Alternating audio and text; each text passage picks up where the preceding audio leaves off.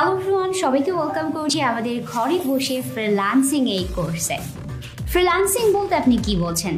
Freelancing বলতে হয়তো আপনি ডলারের গাছ বোঝেন, কিন্তু আসলে এই ডলারের গাছটা হচ্ছে একটা স্কিল সেট।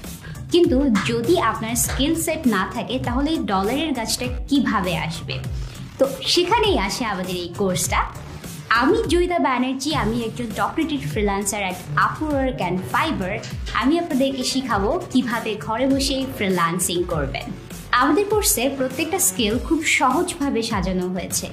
এখানে যদি আপনার বেসিক কম্পিউটার স্কিলস থাকে তাহলেই আপনি আমাদের সাথে এই basic to advance skill set, যেটা আপনার ফ্রিল্যান্সিং করতে সাহায্য করবে, সেটা শিখতে আমাদের সাথে জয়েন করতে পারবেন। এবং আমাদের প্রত্যেকটা সেগমেন্ট আমরা সহজ স্কিলস যেমন কন্টেন্ট রাইটিং, ডেটা এন্ট্রি এগুলো দিয়ে শুরু করেছি, তেমনি advance skills Facebook marketing, Instagram মার্কেটিংয়ের মতো পার্টগুলোকেও কভার করেছি। ফ্রিল্যান্সিংয়ে বর্তমান বিশ্বে অনেক বেশি চাহিদা রয়েছে।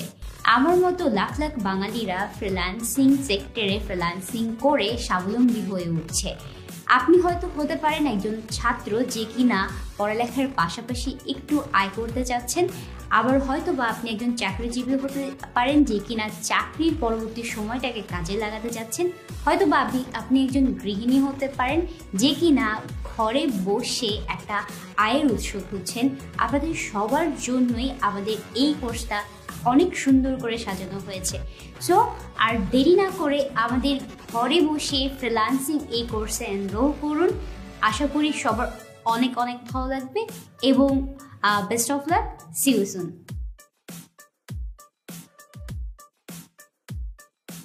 আজকে আমরা জানবো যে কেন কন্টেন্ট রাইটিং শিখবেন। কোনো কিছু শেখার আগে সবসময় সেটা জানার চেষ্টা করবেন যে ওই ব্যাপারটা আসলে কেন শিখবেন। কন্টেন্ট রাইটিং শেখার তো অনেকগুলো রিজন রয়েছে, কিন্তু তার মধ্যে কয়েকটা গুরুত্বপূর্ণ রিজন বা গুরুত্বপূর্ণ কারণ নিয়ে আমরা কথা বলবো। এখন যারা কন্টেন্ট রাইটার হতে চায় তারা সবসময় চিন্তা করে যে আমি আসলে কন্টেন্ট রাইটার হয়ে কি হব। বেসিক্যালি আপনি যখন কন্টেন্ট রাইটার হবেন তখন অবভিয়াসলি বা কন্টেন্ট রাইটিং শিখতে চাবেন, অবভিয়াসলি আপনি কন্টেন্ট রাইটার হতে যাবেন, তাই না? যারা ফেসবুকে স্ট্যাটাস লেখে, আপনার যেটা মনে ইচ্ছা হয় ওইটা অনেক সময় লেখেন, অনেক কিছু শেয়ার করেন, যেটা ভালো, কেউ কেউ অনেক ভালো কিছু শেয়ার করে, অনেক বড় বড় স্ট্যাটাস আপনি শেয়ার করেন। এই সকল কিছুই কিন্তু এক প্রকারের কন্টেন্টের মতোই হয়, এবং যে যত ভালো কন্টেন্ট লেখে আমরা তাদেরকে ফলো করি না সবসময়। সো এটার জন্যই ডেফিনেটলি কন্টেন্ট রাইটার হওয়ার জন্য একদম বেসিক কারণ সেটা কন্টেন্ট রাইটার হওয়ার জন্য, এর জন্যই আপনি কন্টেন্ট রাইটিং শিখতে হয়। এখন কন্টেন্ট রাইটার হওয়ার জন্য আরো একটা কারণ আছে। চিন্তা করুন, বর্তমানে বাংলাদেশে বা বাইরের দেশে যে কোনো কিছুর জন্য কন্টেন্ট ছাড়া আসলে কি পসিবল? কন্টেন্ট ছাড়া অনলাইনের কোনো কাজই পসিবল না। সব কিছুরই রিপ্রেজেন্টেশন হয় কন্টেন্ট দিয়ে। এখন যে মানুষটা ভালো কন্টেন্ট লেখে তার কন্টেন্টটা আমাদের কাছে পৌঁছায়, কারণ আমরা সেই জিনিসটা পড়তে পছন্দ করি। যার কন্টেন্ট ভালো হয় না সেটা পছন্দ করি না, তার কন্টেন্ট আমাদের কাছে পৌঁছায় না বা বেশি শেয়ার হয় না। সো এর জন্য কন্টেন্ট রাইটিং দিয়ে অনেক সময় ছোট ছোট ব্যাপার এতটুকু হতে পারে, এত বড়ও হতে পারে, এতটুকু কন্টেন্ট দিয়ে আপনার কাছে খুব সহজেই পৌঁছে যাওয়া যায়। এর পরের কারণটা হচ্ছে সুন্দর করে রিপ্রেজেন্ট করাও একটা স্কিল। আপনি চিন্তা করেন, আমার সাথে দেখা হলো বা কারোর সাথে কখনো কোনোদিন দেখা হলো, আপনাকে কেউ জিজ্ঞেস করলো যে আপনার নাম কি, আপনি সুন্দর করে বললেন যে আপনার নাম এটা। অনেক সময় আপনি দেখেন যে আপনি শুধু নামটা বলে দিলেন।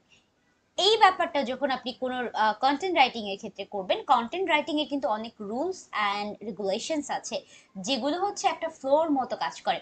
কন্টেন্ট রাইটিং কে আসলে কি বলে জানেন? কন্টেন্ট রাইটিং হচ্ছে যে কমিউনিকেটিং থ্রু ওয়ার্ডস। তার মানে হচ্ছে আপনি শব্দের মাধ্যমে কমিউনিকেট করছেন আপনার অডিয়েন্সের কাছে। সো চিন্তা করুন যে এটা যদি আপনি সুন্দর করে রিপ্রেজেন্ট না করতে পারেন তাহলে আপনার অডিয়েন্স কি আপনার কন্টেন্টটা পড়বে না। এর জন্য সুন্দর করে রিপ্রেজেন্ট করাও একটা স্কিল। এর পরেরটা আমরা সবাই জানি যে সিভি থেকে কভার লেটার, সিভি রাইটিং করে যারা, কভার লেটার লেখে যারা, প্রোফাইল লেখে যারা, সাধারণত আপনি যখন ফ্রিল্যান্সিং এ প্রোফাইল বানাবেন তখনও কিন্তু আপনার কন্টেন্ট লেখা লাগবে। ওয়েবসাইটে ব্লগ লেখে যারা, যারা ব্লগ রাইটার হতে চায় তাদের জন্য, সোশ্যাল মিডিয়াতে যারা ক্যাপশন লেখে, বিভিন্ন ব্র্যান্ডের, ডিজিটাল মার্কেটিং এ ইত্যাদি অসংখ্য অসংখ্য ব্যাপার রয়েছে যেগুলোতে আপনার কন্টেন্ট রাইটিং করা লাগে। এখন আপনি যদি এটা শিখেন তাহলে এটা শিখে আপনি এই সব, জাস্ট চিন্তা করেন, এই সকল সেক্টরে আপনি কাজ করতে পারছেন। এর পরেরটা হচ্ছে অ্যাফিলিয়েট মার্কেটিং, প্রোডাক্ট রিভিউ করা, ইমেল লেখা। আপনারা যখন কাউকে ইমেল লেখেন খুব প্রফেশনালি তো লেখেন না, অনেক সময় দেখা যায়। সো যখন আপনি খুব প্রফেশনালি ইমেল লিখতে চান তখনও কিন্তু আপনার কন্টেন্ট রাইটিং করা লাগে। এরপর চিন্তা করেন অ্যাফিলিয়েট মার্কেটিং এর কথা।